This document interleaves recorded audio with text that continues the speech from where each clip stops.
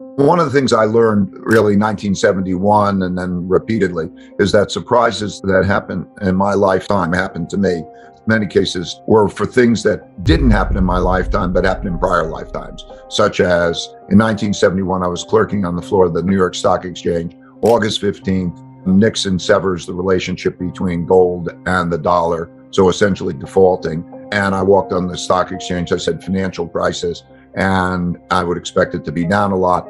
It was up a lot. I studied history and found that the exact same thing happened in March 5th, 1933, with Roosevelt doing the same thing basically on the radio. And then I understood things better. So what happened for me over the last number of years is there are three big things that are happening in my lifetime that didn't happen. And I actually found with research 5. So the first is the amount of depreciation and monetization of that and how it's carrying through the system.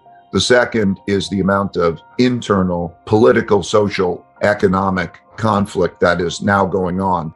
The third is the rising of a great power to challenge the existing world order and the existing world power, China, and the geopolitical, in which, when I was born in 1949, 4 years after the New World Order began in 45, and the United States, of course, was a much more dominant country then, had 80% of the world's gold, 50% of the world's economy, the monopoly on military power because of nuclear and all of that, and it's declined on a relative basis. And that led me to do research, which I needed to do the last 500 years of research to follow. I wanted to study the rise and decline of currencies, reserve currencies, and their empires. And I went back. And in doing that, I also discovered that their acts of nature actually had bigger effects than the first three of those, even with the wars, because of droughts, floods, and pandemics.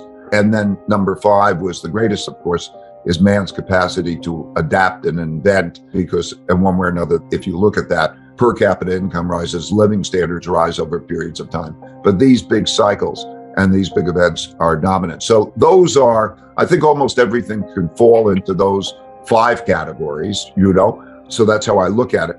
I think that we're in a period in which there's a supply and demand for debt and credit, because one man's debts are another man's assets. And that is making us move into a stagflation kind of environment. In other words, the trade-offs between the two will become more difficult. But I think that number 2 influence, the political, is the most important.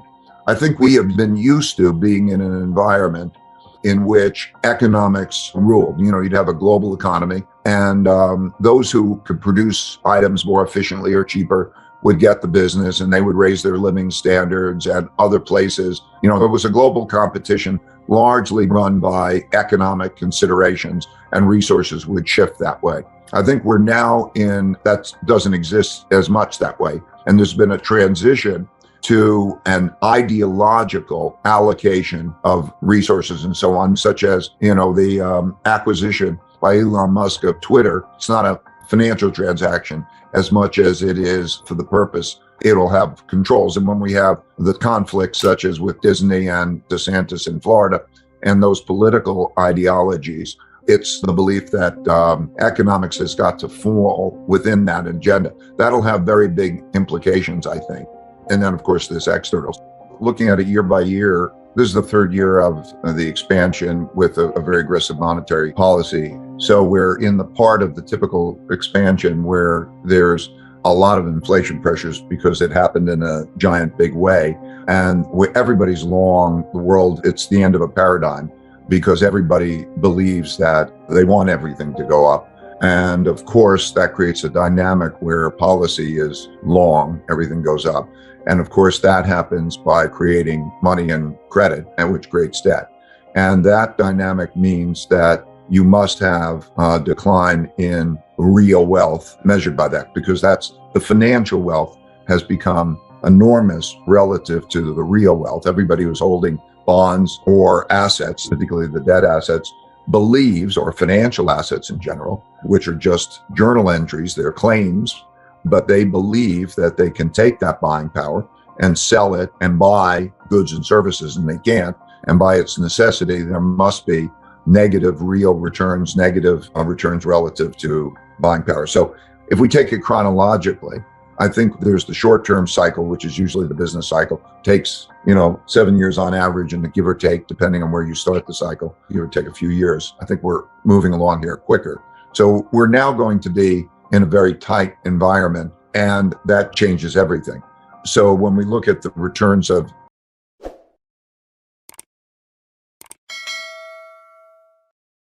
and we look at the well-being of companies, you see that the cost of interest relative to the expected returns of equities creates a squeeze on equities, changes the economics. A lot of borrowing has been done at much lower interest rates and so on. The return on equity for a company versus the return, the cost of debt is changing, and all of those are changing. And like all bubbles or paradigm shifts, the mentality that did exist, we don't have to worry about inflation, cash is a safe place, and so on, gets a shock. There's a punch in the face. There's been a 40-year bull market, and there's a punch in the face to all investors. And when that happens, things that were never supposed to happen because everybody believes in the tech companies, which is the same as the Nifty 50 or the .com companies, they get hammered, right? 75% decline in Cathie Wood's funds and so on and so forth. That causes the adaptation. So we're in the beginning of that adaptation.